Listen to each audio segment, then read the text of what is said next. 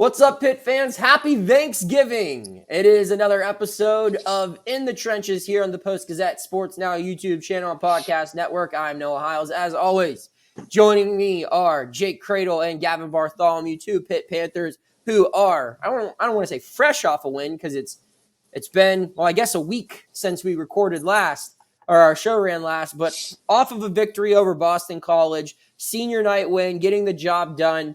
I think that's where we're going to start with this one. First off, guys, how's it going? Got to be nice to be coming off a win. I'll tell you, it's definitely a nice feeling jumping on this podcast and, talking Pitt football after a win. I mean, after a loss, it's kind of feeding and just it's not something you want to do, but to just get a win and get back in the win column is huge, and that's something we're going to keep going this week into Duke and moving this program forward, and the young guys just getting used to winning and just getting back to what Pitt really does is win. Yeah, it was awesome to finally get a W. Watching it from the press box, it was good. But, everyone seems a lot happier and ready for this week. So, Gavin, I want to start with you here real quick. As you said, you're watching from the press box. First things first, I heard from a source that you almost weren't allowed up in the press box because of security. Can you confirm this? Were they trying not to let you in? Yeah, they were giving us a little bit of a heckle, but we got through. You didn't have a credential, huh? You should have came to me. I could have got you in there. Yeah, I know. I should have. So, Gavin, obviously, Pat announced Monday that you're out for the season. Tough break, that Syracuse injury. Just wanted to talk to you about where you're feeling, how you're feeling physically and mentally after this injury. And I have another question for you, but I wanted to start off with just that. Yeah, I mean, right now I'm doing great. It sucked to go down. It sucks to go down at any time, but especially at the end of the year when, you're trying to finish strong and find a W. And, it wasn't something that I obviously planned, but, getting with rehab, I'm feeling a lot better walking on my own. So, just trying to get better and get ready for this offseason. All right. And then the other thing I wanted to ask is, obviously, you're close with all of your teammates, but you said on this show before that you used to be roommates with Nate Yarnell, and he gets his start. I'm sure you were sad that you couldn't be out there on the field with him, but how fun was it for you to see him do his thing against Boston College? Yeah, I mean, it was really fun to watch, actually. I talked to him pregame, gave him some words of wisdom, tell him he's got it. He's just a guy that never gives up. He's my roommate for a year and a half. And, his work ethic is tremendous. Day in and day out, even though when he was the third string, he was in the film room like Thursday night after class. I took him home from class, and he'd say, you got to go back. It was just a lot of fun. He spread the ball out, used the tight ends. Unfortunately, I wasn't out there. I wish I was, but, hopefully soon. And Jake, just to build off of that, I mean, what was he like in the huddle? Third different starting quarterback this year for you guys, but did you recognize that confidence that Gavin alluded to? 100%. I mean, Nate's a confident kid. I mean, he came in and truly he brought a spark, and like you just tell, like he was confident the way he commanded the huddle, the way he addressed us, called plays, audibled out of certain looks to get to a different play, and just the alerts and stuff. And, he was, it was great to have him out there. I mean, that's a guy that we've been going to war with for the last 3 years. He's been training with us, lifting, running with us. So, I mean, it's one of those things where, like, when you have a guy that you've played with and kind of been around for 3 years, you know who he is. And that's where, like, we weren't surprised by his performance at all. I mean, he did it last year in Western Michigan, but now he did this year against an ACC opponent. So, I mean, Nate's always been a competitor. And I mean, I'm just excited for, this week to see what he can do against Duke. I mean, we're going to protect for him, and just let him sling that ball and, see what he can do going forward. So, Jake, more on the win. Obviously, it was senior night. Last week, we did the whole Jake Kradel goodbye tour on the show, but you had your big moment. Take me through what Thursday night meant to you. I'll even admit, just seeing you go out on the field pregame, your final time at Acrisure, it was, I wouldn't say emotional for me, but it was cool to watch because it's rare where you get to see someone experiencing a moment that they won't forget. And I could tell that's what you were doing. I remember watching you run around the field pregame. It looked like you had a little bit of an extra pep in your step. You signed some autographs. You were just dapping everyone up, being friendly like you always were. take me through from that moment that I just spoke about to, everything after the game. No, exactly. I mean, I knew it was my last time, playing in a Pitt jersey there, and I figured, like, just gonna soak it in, just enjoy the moment. And that was the thing. I was just talking to everyone, just trying to see everyone, just kind of like just enjoy the last warm up in there, and just get loose. And like you said, I felt like, I don't know, had some extra juice going. Like I was like, man, this is fun, this is exciting. And then get to the game. I mean, everyone just executed. That was the biggest thing. Like we talked about it the last 12 weeks was execution. Like on offense, gave up 0 sacks, which is huge. I mean, when you can keep a newer quarterback, upright, keep him clean, that was huge. And then just a run game. I mean, to run over 200 yards, which we haven't done all season, was crucial in that win. Ronnie breaking those big runs and having those explosives. I think we had 10 explosives, which might be our most all season, which was huge. I mean, that's what we got to do this next week. We got to keep that going. Is protect the quarterback, have explosive plays, and execute, and we'll be just fine. But it was great to go out, with a W. That was one of my things. Is like I'm not going to leave here unless I get a win. So happy we did that. So and this is a tough question to ask, but I asked Pat this Monday. You look at the way you guys won against Boston College, and that's exactly how this team's built to win. The offense ran the ball. It was conservative with the football. It didn't turn it over. In the second half, it grinded its opponent into the ground with Rodney. I mean, I think 125 of his 145 came on the ground. As Gavin pointed out, everyone got involved in the passing game, including the tight end. Quarterback was protected, and then the defense limited him to, I believe, less than 4 yards a carry, forced two turnovers. One of those turnovers comes close to the goal line. Not a lot of penalties. This is the blueprint to Pitt football. Is there an element of frustration seeing that, you guys were able to execute that game plan against Boston College? And if you had played like that against West Virginia, Cincinnati, Wake Forest, Virginia Tech, that you guys are probably a lot better than 3-8 right now. Yeah, no, I don't know if it's frustrating necessarily. I think it shows like what we're capable of. You know what I mean? Like we know we're capable of that. Like, and it was just you look back at it, it's like, man, like I just wish we would have done that against all of our opponents we played. I mean, we'd probably be sitting here at 8-3. That's a tough reality of it. It's like it sucks to look back and think like that, but like you're right. Like I mean, that was a Pitt football win. Like defensively, we got after the quarterback. Like they had 6 sacks. Like they had forced 2 turnovers.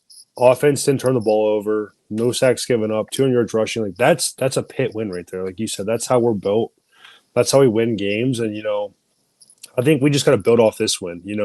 Take it into Duke, go down there and do the same thing, and then everyone after that. I mean, you get 2 wins like that, 10 of the season. Everyone, the younger guys, they learn how to win. They learn like, hey, this is how we win. This is how Pitt wins. This is what we have to do. It's what to do in the offseason, and you just keep that going. And that's what I hope, we do on Saturday, which I think we will. And I just hope these young guys learn, like, this is the Pitt way. This is the standard. And this is how we're going to win here. All right. Well, we're going to move on now to a game. But before we do, I think it's now a good time for an ad read. Jake, who's this brought to us by? In the Huddle is brought to you by the one place in Pittsburgh where you can caffeinate and create. Brushes and Beans Cafe in Murraysville. At Brushes and Beans Cafe, you can enjoy a delicious latte, cappuccino, cold brew, and much more while relaxing, creating your very own masterpiece. For more information, visit our website at www.brushesandbeans.com or give them a call at 724-610-3782. All right. So, guys, we've done a lot of games this year. I believe Canadian trivia, coach trivia, Pitt athletics trivia, which is obviously controversial. But I think now we go with the holiday theme.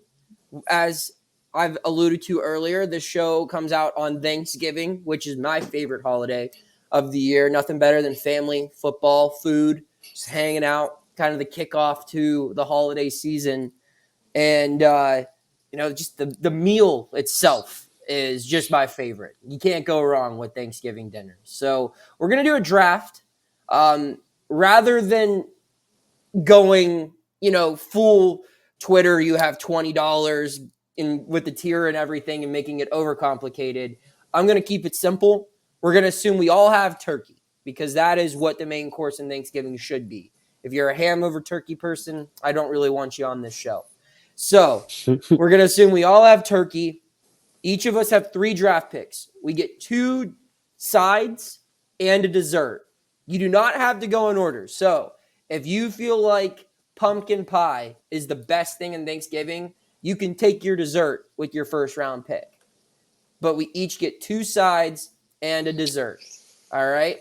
And I think since Jake is coming off of a senior night win, he gets to decide. Jake, do you want first pick or do you want to go third, and that would give you the wraparound?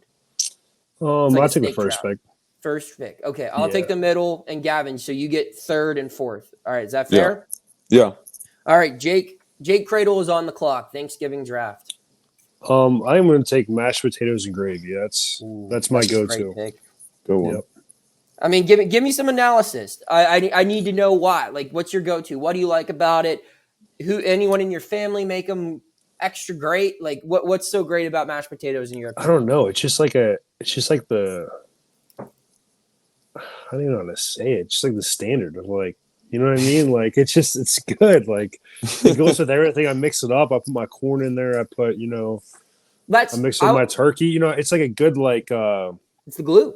Yeah, it's a good consistent. I don't know. It's just, and I'll even add in one of the best things about Thanksgiving, and it's something I'll miss out on this year, being in New York to cover basketball, is the leftovers. Yes. And I think the mashed potato leftovers, when you're making that like turkey sandwich and you can hold it all together with the mashed potato and just kind of everything else, fantastic. I love that pick. You get a lot of value there. You just took a left tackle with your first pick, really, Jake. I mean, it's not flashy, it's not sexy, but that's gonna be at your dining room table for 15 years, lining up, protecting the blind side. So great pick there. I'm on the clock now.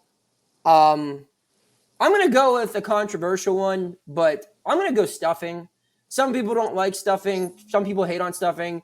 My take, I think we as Americans owe it to ourselves to eat stuffing more than once a year. I don't understand why we don't. It's delicious. I love trying. I think stuffing is the wild card of a Thanksgiving. It can be made really well. Like mashed potatoes are kind of hard to screw up. It's potatoes, butter, and milk and everything. But like stuffing can go really wrong. But when it's done right, it is incredible. So I love stuffing. You can do so much different stuff with it. And that's my pick. I'm going to go stuffing. Gavin, you are officially – or guys, what do you think? Are you pro stuffing or against it? I'm for it. I'm not a fan, honestly. Really? Yeah. Okay. Yeah, I don't know why, but that's all right.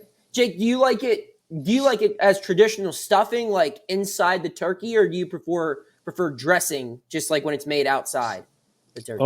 I like it inside turkey. Yeah, that's a good, that works with me.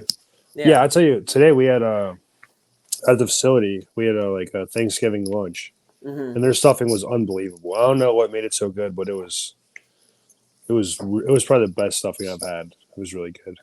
Wow. All right, Gavin, you're on the clock. Yeah, I'm gonna go with yams and like the marshmallows. Oh, so you're taking your dessert?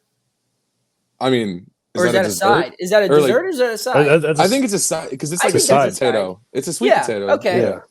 Yeah. I'm gonna go with those. Those are, I don't know, they're just good. They're sweet, tasty. Yeah. Is that like your mom's special dish? Do you have like a family member who does that, or are you just eating any? I mean, I had them at the facility today, and they were great. Yeah. So yeah. Okay. Are you sweet potato over traditional potato, Gavin? I actually do rather sweet potatoes. Okay. Fair enough. Yeah. All right. Well, you're still on the clock, so your second pick. I'm gonna go with like a corn casserole. Okay. I think. That's a great pick. That's a great pick. Yeah, because it's kind of like not really like stuffing texture-ish, but it's got like corn in it, so it's like sweeter.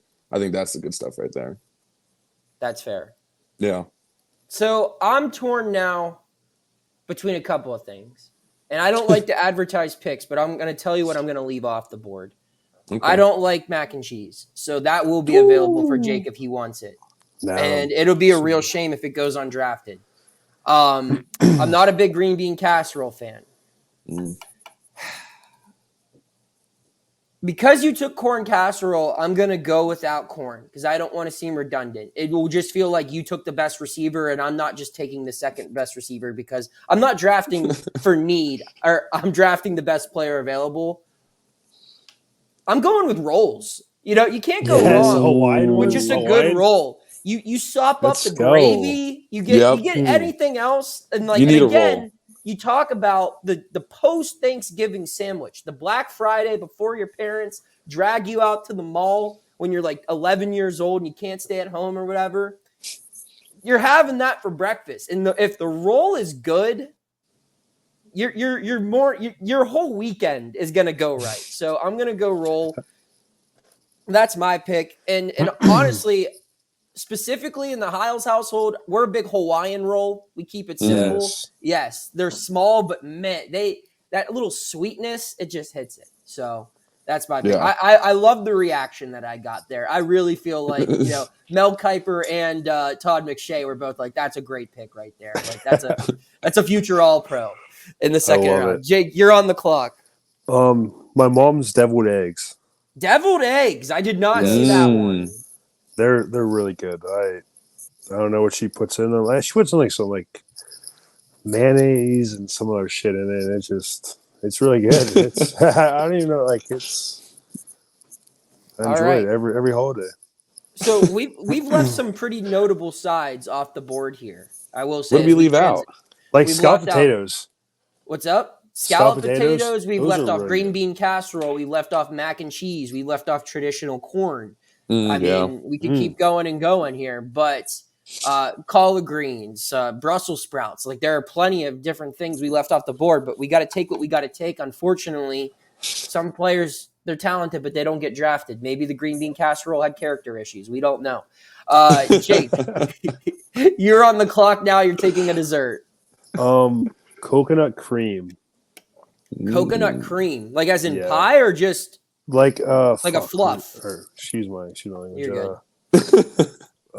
Man, I don't know. My grandma makes it. It's like it's not a pie, but it's like a casserole kind of like. I have no idea. I don't know. I gotta look it up. Let me look it up. All right. So Jake, coconut cream pie pudding. Yeah, coconut cream pudding. Okay, coconut cream pudding. Yes, it is. Jake, really optically, your draft looks pretty weird because you've got mashed potatoes, deviled eggs, and coconut cream pudding. Hey, that isn't like you have about the team's needs. You look like you have a meal for people with no teeth. Like if you go oh man, yeah, it's really good. I'll be honest. I know that this isn't the traditional Thanksgiving pie. It's probably not even second, but I like apple pie on Thanksgiving. It's my favorite. It's my favorite pie. While other people will go after, one of two options that I'm sure Gavin will take. Just like a good slice of apple pie with like a scoop of vanilla ice cream. That's what you got to have in your lap when the Dallas Cowboys kick off, right? Everything that we just listed, you're eating when the Detroit Lions are playing. And then by the time the Cowboys are kicking off at 4:00, I'm taking down at least two slices of apple pie. So that's my pick. Gavin, who's Mr. Irrelevant in the draft? I was gonna go apple pie. You stole it, but I guess I feel forced to go with like pumpkin pie. Right. Yeah, I mean, I just feel forced now. Basic. Yeah, I mean, it is, but at the same time, like, you don't want to leave the draft with pumpkin pie still there. Like, you got a good player. Like, he might not fit your this system. This is a guy, but he's a culture guy. He's a guy that you need in the team, in the locker room. Right. It's like, 100%.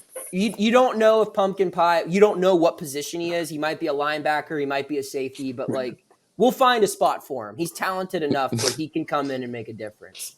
Redshirt him for a year, figure it out. So to recap the draft, Jake went with the toothless diet, mashed potatoes, deviled eggs, and coconut cream pudding. Gavin went with yams, candied yams, corn casserole, and pumpkin pie.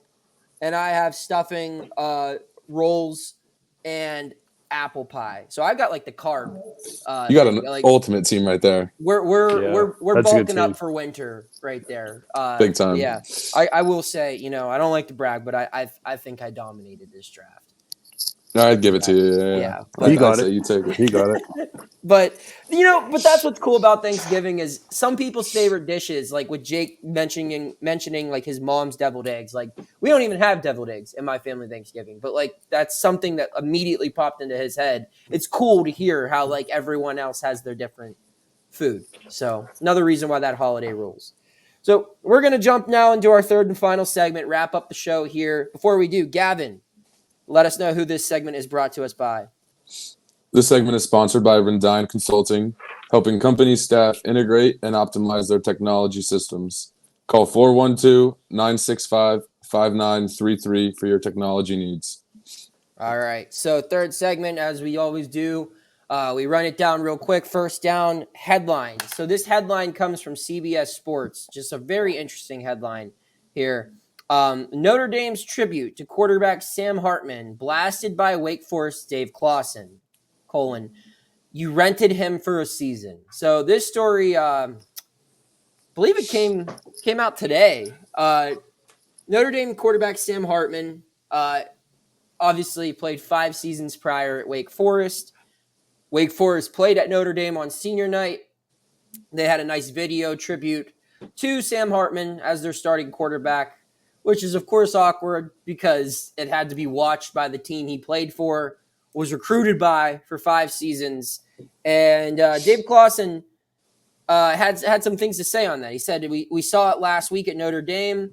Here's a guy that we recruited, we developed, and they are putting on a video saying, we will always love you. I'm like, you only dated for him for a couple months. It can't be love. We are the ones who love him. We had him 5 years. We had 5 years with him. You rented him for a season. They bought him and rented him for a year, and now they love him. When that video played, it's just like, holy cow, this is where college football is. This is a very interesting quote for many reasons. I mean, one, you guys have played against Sam Hartman, both at Wake Forest and Notre Dame. Two, this is something that I'm sure you guys have played against, or like at least know people who have transferred, or you've seen teammates go. Obviously, you could think of one pretty notable one who had success at Pitt and then transferred elsewhere. And there's debate: is that guy still a quote unquote Pitt guy, or is he no longer a part of Pitt's football history? Just want to get your thoughts on this. So, what do you think of Dave Clawson saying this, and is what he's saying accurate, and is it wrong if it is accurate for what he said? We'll start with Jake. You know what? I think what he says completely accurate, 100%. But it's not wrong. I mean, I think that's what college football is nowadays. You want to retain players, good players that are going to be your guy, contribute, really help you win games. Pay them. Why let them go get, I don't know, $500,000 to $1 million somewhere else when you could buck up and pay that guy his money to stay and and be a team captain, have a lot of success here at Pitt when, that's my belief on it. I think instead of going out and trying to find, all these guys, like, look at your roster first. Look at retaining your guys, your top guys, and don't let them go to the portal and get paid, and that's where I think, as Pitt, I'm not sure where we stand with everything, but that's what we need to do. We need to first look to retain our guys, and then second, look at the portal if that's where the team needs. And I think Dave Clawson's right. I mean, I think that's where college football is, and it's gonna be that way for the next couple of years. It's gonna get, I don't know, worse is the word, but it's gonna get more and more like NIL hungry. You know what I mean? So that's where I think he's 100% right. Gavin? Yeah, I agree with Jake. I mean, he's definitely not wrong, and I think he's in the right to say that. He was there for how long, and they outbid him really, and that's what really college football is. It's like a bid game almost. Everyone's just trying to get as much money as they can, and it seems like whatever school's going to pay that's where the athlete's going to go. So yeah. And my thing is this: who's to say that both schools can't love someone? I mean, Shane Simon played 4 years at Notre Dame, but you don't think Pitt fans are going to look back at his career here and think fondly of him? Are Pitt fans not allowed to appreciate Shane Simon, a guy who transferred to Pitt, played 2 seasons, and was a captain? I'm sure Notre Dame fans appreciated what he did there too. You know, I don't think there's anything wrong with Notre Dame appreciating what one player did. I get the awkward situation that Coach Clausen was in, and I get what he's saying. I just think that the final part of that quote is accurate. It is what college football is now. It's like, you know, you remember LeBron whenever he retires. Well, there was Heat LeBron, there was Cavs LeBron, and there's Lakers LeBron. And all three fan bases are allowed to appreciate what he did for each of them. Obviously, he did more for the Cavs than he's done for the Lakers. But those Lakers fans could still appreciate the title that he won there, right? So why can't that be the same in college football? 100%. I agree. All right, we'll move on now to say something nice. Say something nice about the Duke Blue Devils. Jake, you go first. They're super talented. I mean, they're a team that is extremely talented. I mean, each year they get better and better, and their defense is you know, super aggressive. They got D linemen that have been there for 5-6 years now that I've played for. I mean, I think I've played them every year I've, you know, started, and you know, they got a bunch of guys that are probably gonna be all ACC performers, I'm guessing, at the end of the season, and just looking forward to the challenge at hand. I mean, they're a good team. They got some good wins under their belt. You know, like Jake said, a lot of the guys we've seen, even I've seen for a couple of years. You know, they're all older guys, big, physical. It'll be a fun game. All right, practice player of the week, guys. Who is giving a good effort in the final week of practice? I would have to say Nate Yarnell. Just going with our gunslinger. I mean, he's a guy that's confident. He's ready. He's, you know, we always say he's extremely prepared. I mean, the dude's, even when he was a third-string quarterback, he was always in there, like, preparing like he was a starter. So, I mean, that guy, you just seen him in there today. I was, you know, there until 4 o'clock, and he was still in there watching film. So, you know, that speaks to him and his commitment, and, you know, I'm excited to see what he can do on Saturday. Yeah, I'm going to go with Rodney Hammond. I feel like, you know, you're coming off a strong game. You know, he's looking for an even bigger game this week. And, you know, his preparation he has throughout the week and during practice, you know, it's tremendous. And the energy he brings to the team is really good for practice. So, you know, I think he's going to have a big game. All right, and guys, to close it all out, 3 words or less. How does Pitt football take down Duke? Or is it 5 words or less? We've always done 5, right? Yeah, 5 words or less. No turnovers, no penalties. No turnovers, no penalties. Gavin? Defense has got to get takeaways.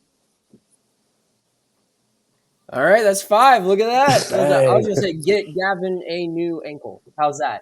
Yeah, that works. That works. Get Jake another year of eligibility. That's 6. All right, guys, any final thoughts as we sign off for our final show of the regular season? Well, it's just going to win. All right, there you go. Looks like they're in sync, folks.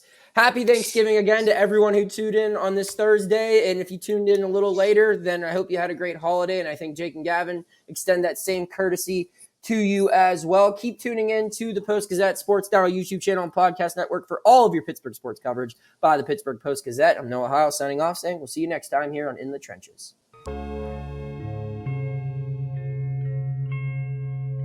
Thank you for checking out this content from Post-Gazette Sports. If you watch this video on YouTube, please like the video and subscribe to our channel. For all of the sports coverage the Post-Gazette has to offer, visit post-gazette.com.